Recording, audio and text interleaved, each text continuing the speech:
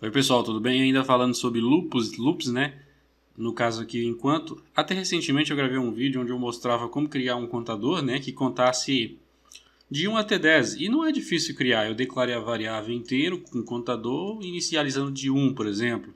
E aqui dentro do enquanto eu testei, falei, enquanto a variável contador for menor ou igual a 10, ele vai printar o valor desse contador para mim na tela. No caso, o primeiro print vai ser 1, né?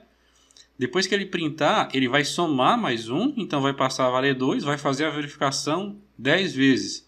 Se eu executar, é exatamente isso que faz. Ó. Ele faz a verificação 10 vezes, soma mais 1, até completar 10. Só que isso aqui não é dinâmico, isso aqui, por mais que ajude você a fazer a mesma função que você repetiria várias vezes, o ideal é pedir que o usuário digite o intervalo esse que você pode validar em um si, por exemplo, ou um intervalo simples. Eu vou mostrar aqui de forma simples como você solicita ao usuário esse intervalo, né, que eu quero testar, para que nem o contador, nem a variável aqui sejam estáticos, sabe? Porque o contador ele começa valendo 1 já. E se eu quisesse que o contador começasse a valer 20 e o final da contagem valesse, por exemplo, 100, eu precisaria vir aqui no código voltar. Eu posso pedir para o usuário digitar isso dinamicamente. É isso que a gente vai fazer. Eu vou apagar todo o código, tá? E aí aqui eu vou criar a variável contador de novo. E essa variável ela vai inicializar. Veja que ela não vai começar, ela vai se inicializar valendo 0. Quando eu faço isso, eu resolvo alguns problemas de inicialização de variáveis e faz muito sentido, tá? Então ela se inicializa valendo 0, tá? E aí aqui eu vou criar uma outra variável com o nome de fim da contagem. Fim contagem. Essa variável aqui, como o próprio nome diz, ela vai valer o valor 0 também, só que esse valor vai ser alterado quando o usuário digitar um valor para ela. Então, com posse dessas duas variáveis, aqui embaixo eu vou colocar um comando escreva, onde eu vou pedir para o usuário digitar o início da contagem. Então, eu vou dizer, entre com o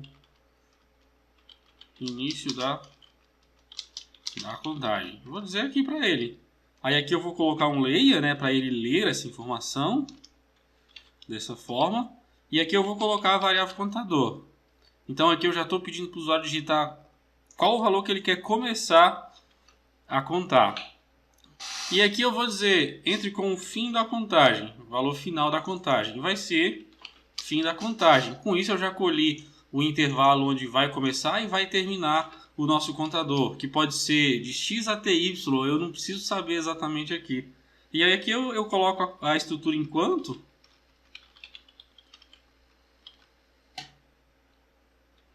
dessa forma aqui. Aí aqui dentro do enquanto eu testo o contador, né?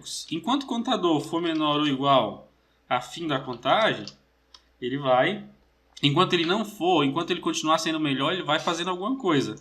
E aí aqui embaixo eu vou colocar, eu vou fazer a soma, né, de mais 1 no contador. Então toda vez que passar, ele vai somar mais 1. O mais significa contador é igual a contador mais 1. Então para não precisar digitar esse monte de coisa, eu coloco mais e diminui o nosso código ainda mais.